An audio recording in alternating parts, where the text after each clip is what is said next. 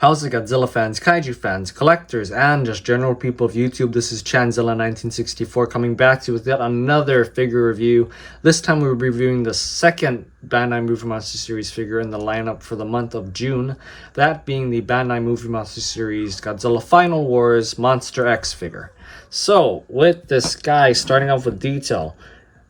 Detail is phenomenal. It's a bit of a downgrade from the 8-inch Monster X figure, which I guess is to be expected because of the drop in size. So it'd be harder to include all the little minor cracks and details that was on the old figure. And it makes I'm going to get the paint, by the way. Paint makes it a little harder to be able to see all the great detail, because there's a lot of great detail on this guy. But the paint job that Bandai chose makes it very hard to see every little bit of it. So yeah, but all the detail that is apparent on this figure is very nice. For instance, the teeth on the secondary head, you can pick it up, as well as the face. I mean, the thing about Monster X that got me was his face, really, which is very, very nice on this figure, including his individually sculpted teeth and the kind of sinewy patterns that go all over his body, which are done very nicely. And they're all over his body. So yeah, before I get to the bone detail, which I must commend Bandai for, we have his fingers, which are done very nicely. Monster X's fingers, which got the digits kind of thing going on here, as well as his feet, which are done very nicely as well, and his tail, which in my opinion might be a little short for my taste, but seeing how they did Manda, and considering what kind of Monster X is, where he doesn't really need his tail all that much, I'm actually okay with it. Surprisingly, I'm okay with his tail being kind of short. But the coup de grace of this figure, his freaking bone detail, which is amazing. I mean, the horns have the rings on them, which this is not picking up because of the paint, but yeah, and then the bone detail going all the way on his chest, his stomach, his legs. I mean, it's all there. All the bone detail that is supposed to be there on Monster X is there. And it looks freaking phenomenal. Even the kind of Mount Everest looking stuff on his back looks amazing. And it looks like it's coming out of his back too, which is a nice added detail from Bandai, which I did not notice on the original Monster X. So step up on Bandai. And you even have this sinewy kind of detail on the back of the head. It's very faint. You might have to take my word for it because the lighting and the paint is really not picking it up. But yeah. But I mean, even the top of the head is very nicely detailed, and the sides of his head are also very nicely detailed. So, I mean, detail for this guy is just amazing. Especially for a smaller figure, for this amount of detail. Pretty great. Pretty great. And he looks movie accurate and just as menacing as he did in the film. Now, for the ultimate downfall of this figure, sadly, and really the thing that really could have made this figure the best of this June series lineup for Bandai Movie Monster Series, Monster X is paint, because I don't know what Bandai decided to do with his head and this one, why they're a different color from the rest of the body's bone coloring, because the bone coloring for the body is very nice, where it brings out the details and it actually looks painted on, versus this just looks so bare and I can hardly make out the details from afar. Nonetheless, on the camera, which it makes it kind of hard to make out the details, which is a bummer.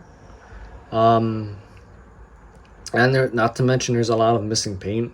For instance, the bone coloring on the chest, the bone coloring on his neck pieces right here, the inside of his arms, which I guess is to be expected, his ankle or his shin braces, ankle braces, toes, the foot braces, I'm just going to call them that for now, his wrist guards,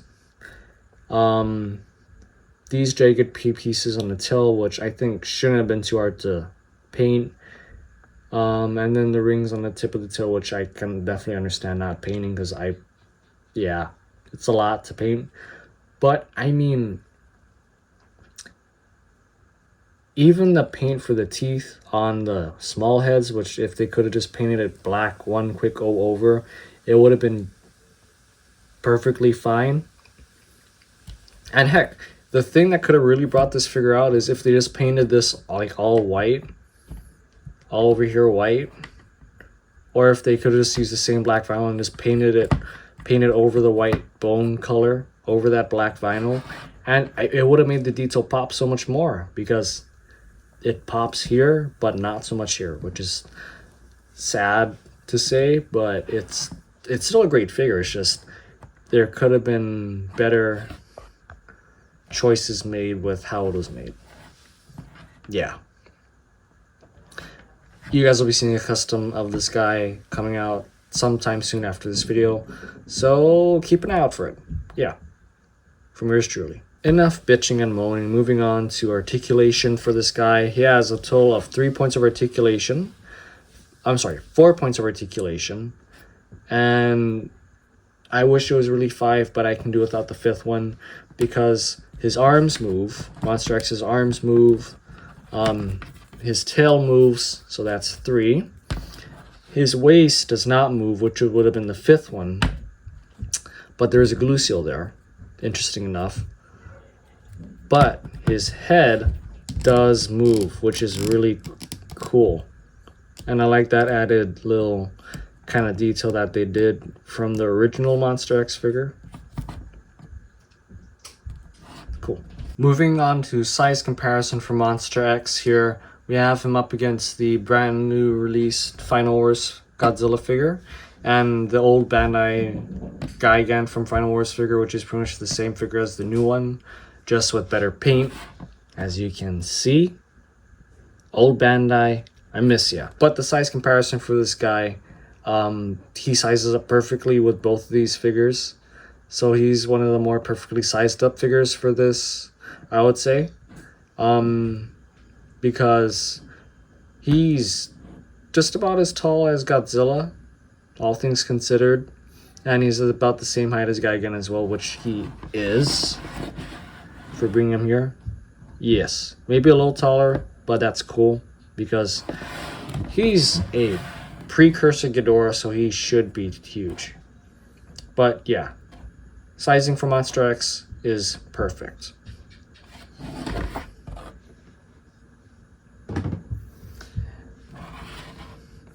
And that's the least I can say, at least for this figure compared to the Rodan figure. But would I recommend you guys get this figure? Yes, despite all of his flaws. If you're a customizer, I think you'd have a lot of fun customizing this figure. I know I am going to have a lot of fun customizing this figure. But I would also say, if you don't have a Monster X figure, this would be the ideal figure to get, because he's in the right size range. He's decently priced, unlike the old one, which is going for like $120 or some, even $80 on eBay, which, depending on what you want to get it for, it's worth it. But personally, I would have this figure in my collection compared to that one, whereas this one would have more play value, whereas that one would be more of a something to sit on the shelf in a museum. And I'm not joking, because I understand it's an old figure, but that thing could belong in a museum at this point. Yeah, though, I would actually say you guys should definitely pick up this figure, because I mean, Monster X is just a cool monster. It's just a matter of the choices that Bandai made when making this figure. It's kind of brings it down, but overall, this is a good figure despite the paint. So yeah, and you guys will get to see how great of a figure this is when he's all done up.